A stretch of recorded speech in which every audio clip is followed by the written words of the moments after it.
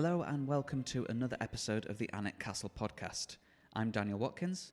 And I'm Deborah Beecroft. And on today's episode, we'll be travelling back just over 100 years to the First World War to tell some of the stories of the people who lived or worked at Alnwick Castle and its estate at the time and the part they played in this global conflict. What you'll hear in this episode is based on the exhibition created at Alnwick Castle to commemorate the centenary of the First World War from 2014 to 2018. Research for the exhibition revealed that over 100 members of Castle staff and 3 members of the Percy family served in the war, while at the castle itself, other Percy family members took new roles to help with the war effort, and a military training camp and convalescent hospital were created on the pastures, the land just north of the castle walls. On this podcast, we'll be focusing on a selection of individual stories, with quotes from newspaper articles, letters home, and other correspondence from the time. We hope you enjoy the episode.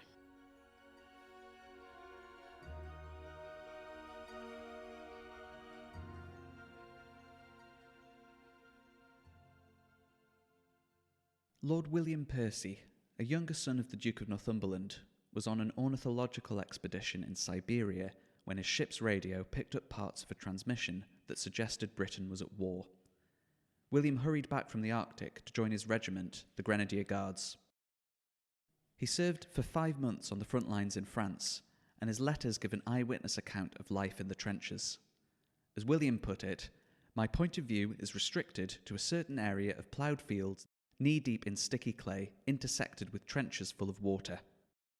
In a letter to his father the Duke, dated Christmas Day 1914, William wrote, "Today is a day of very welcome peace, and the only sound of war I can hear is the firing of some of our own guns. I believe that in places the two sides have arranged a sort of unofficial armistice. Last night we had to go out and dig a new trench. We got away without having a single shot fired at us, and only a little promiscuous sniping during the whole time, and only one man hit. The reason of it was that the Germans were all singing in their trenches and apparently having Christmas trees by big fires. I thought they sang wonderfully well, but I'm no judge of music." On the 11th of March 1915, William was shot through the thigh at the Battle of Neuve-Chapelle in France. He lay out under heavy shell fire for nearly 2 hours and lost a lot of blood before stretcher bearers reached him. From September 1915, William served in Gallipoli, and for the remainder of the war in Egypt and Palestine as a military legal attorney. After the war, William resumed his interest in ornithology, becoming a well-respected and well-known authority on the subject.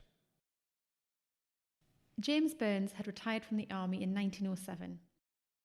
Originally from Manchester, he took the job of gate porter at Alnwick Castle, controlling entry and access to the castle.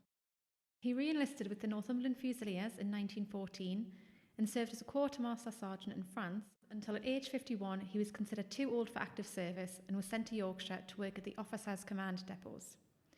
James returned to his role of gate porter after the war. The role was a forerunner of my job today, which is head guide, as Burns took hundreds of visitors around Alnwick Castle sharing its stories. From 1931 he also became the Duke's piper, playing the Northumbrian pipes outside the castle barbican each morning, something he continued to do until his retirement in 1945. He had a level of fame in Alnwick, with the local paper publishing an article about him by the cleverly named R.E. Porter. "People I Meet, Custodian of Alnwick Castle tells his story." Arthur Fullerton was a dairy assistant in Hulme Park, just west of Alnwick Castle, and a 1906 photo survives of him as part of the Park Farm football team alongside his colleagues, including his brother Jim. Arthur volunteered for service in August 1914, at the very beginning of the war, and after completing training was sent to Belgium with the 7th Battalion of the Northumberland Fusiliers. On the 16th of June 1915, Arthur was killed near Hooge in Belgium, a few kilometres east of Ypres, when his commanding officer had been ordered to hold an area of trenches, whatever the cost. Sergeant Smith of the 7th Battalion wrote a letter the following day that appeared in the Alnwick and County Gazette. It said, "We have had a very heavy loss, a good number of Alnwick lads being killed, including poor Arthur Fullerton. He was killed last night. His brother Jim is all right yet. Tomorrow is Waterloo Day, and I expect a wholesale slaughter." Lady Margaret Percy was 40 years old when the war began. When the Alnwick camp was set up in front of the castle, Margaret would often be seen alongside her father, the 7th Duke, during his regular reviews of the troops there. In the autumn of 1914, refugees from Belgium began to arrive in Alnwick, and Margaret helped to look after these new arrivals. Meanwhile, in the parish hall, she gave weekly French lessons to soldiers. Lady Victoria, Margaret's younger sister, was Commandant of the Voluntary Aid Detachment of the British Red Cross Society. In this role, she coordinated donations to the society and organised accommodation and facilities in local hospitals, as well as helping to set up the Duchess's School in Alnwick as a hospital for soldiers. Their younger sister, Lady Muriel, was 24 years old at the beginning of the war. She looked after dependents, the relatives of castle and estate workers who had gone to serve in the armed forces, making sure they received any funds meant for them and representing them to the Duke's Estates Office and the Central War Office. Joseph Forster was a plumber's labourer who served in the Northumberland Fusiliers. He was taken as a prisoner of war and died in Germany in September 1918. Joseph's descendants still have photographs, letters and postcards belonging to him and his family, as well as the items he had in his possession as a prisoner. Joseph had 3 daughters, Mary, Grace and Izzy. Mary once wrote to him, "My darling daddy, I'm quite well and hope you are. We're all very sorry about you. I still go to school yet, I'm hardly ever off, and Sunday school too.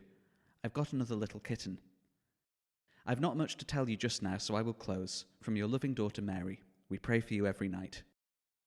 A postcard from Joseph to all 3 daughters reads, "To Mary, Grace and Izzy, with best love from your ever-loving Daddy Joe. I'm keeping very well. I hope the war will be soon over. Let me get home to love you all once more."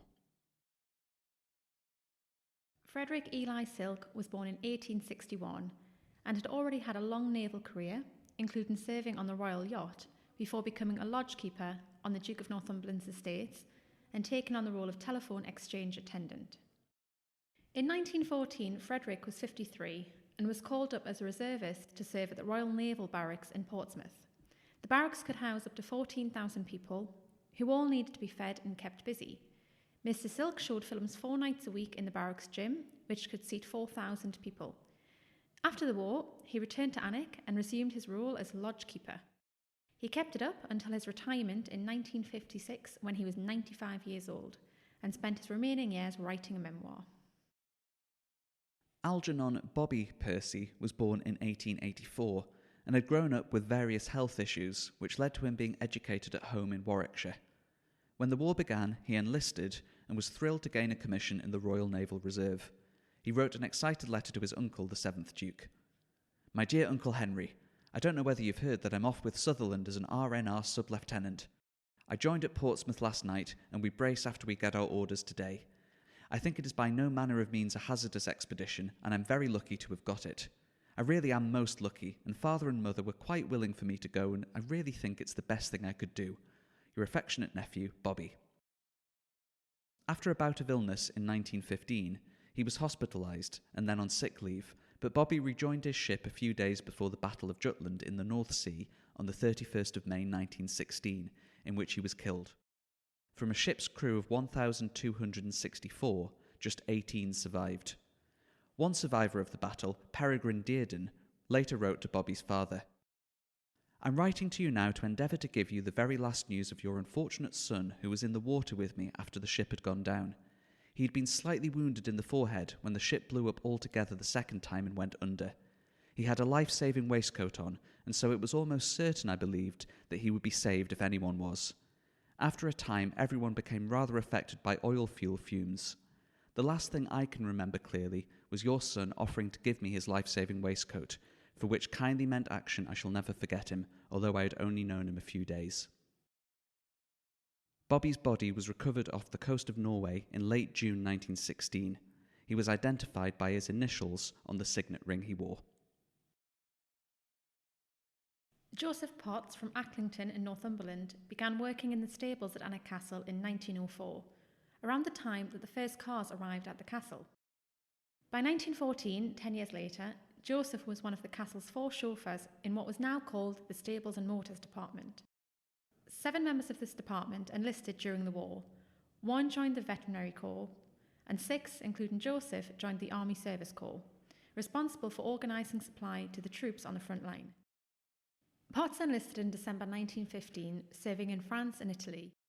After the war, he returned to the castle as a chauffeur, and between 1928 and 1938 he drove 133,000 miles in the Duke of Northumberland's Rolls-Royce.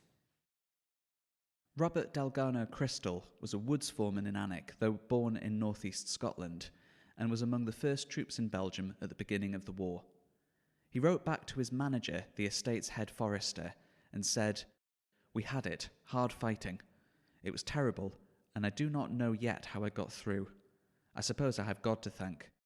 The artillery fire is the worst, the shells do scream, but we're getting used to it now."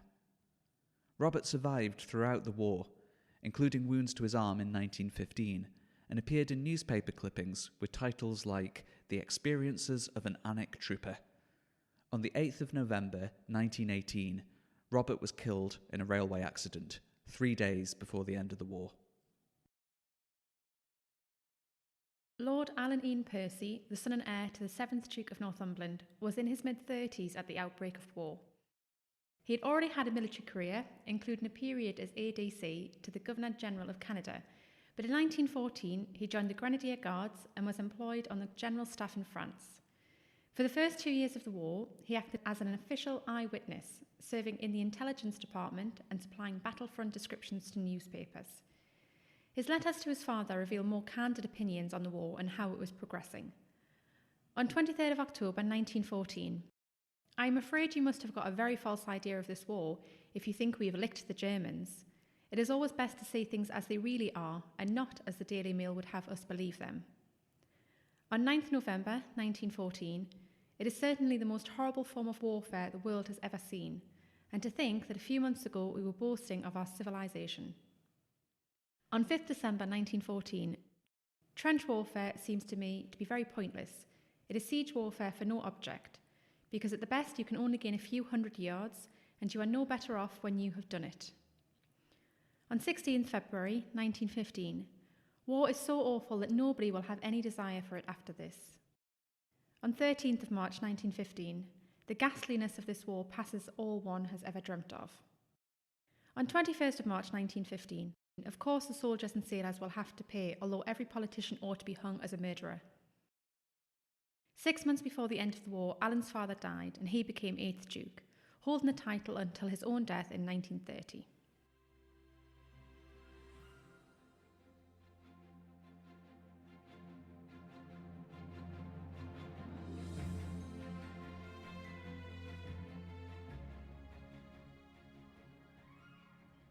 After the First World War ended, many of the surviving staff who served returned to work at the castle.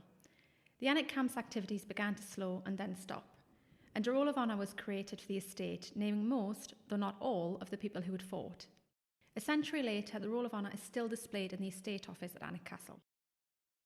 If you'd like to know more about the Northumberland Fusiliers, the regiment in which many of the castle's soldiers served, we recommend listening to episodes 13 and 14 of the Alnwick Castle Podcast. We hope you found this selection of stories from the First World War interesting. If you enjoyed this podcast, please let us know on Twitter at Alnwick Castle or by emailing podcast@alnwickcastle.com. Subscribe to the podcast so you don't miss an episode and recommend us to your friends. We'll be back in 2 weeks with a look at another aspect of Alnwick Castle's history, but until then, I've been Daniel. I've been Deborah. Thank you very much for listening, and goodbye. Bye.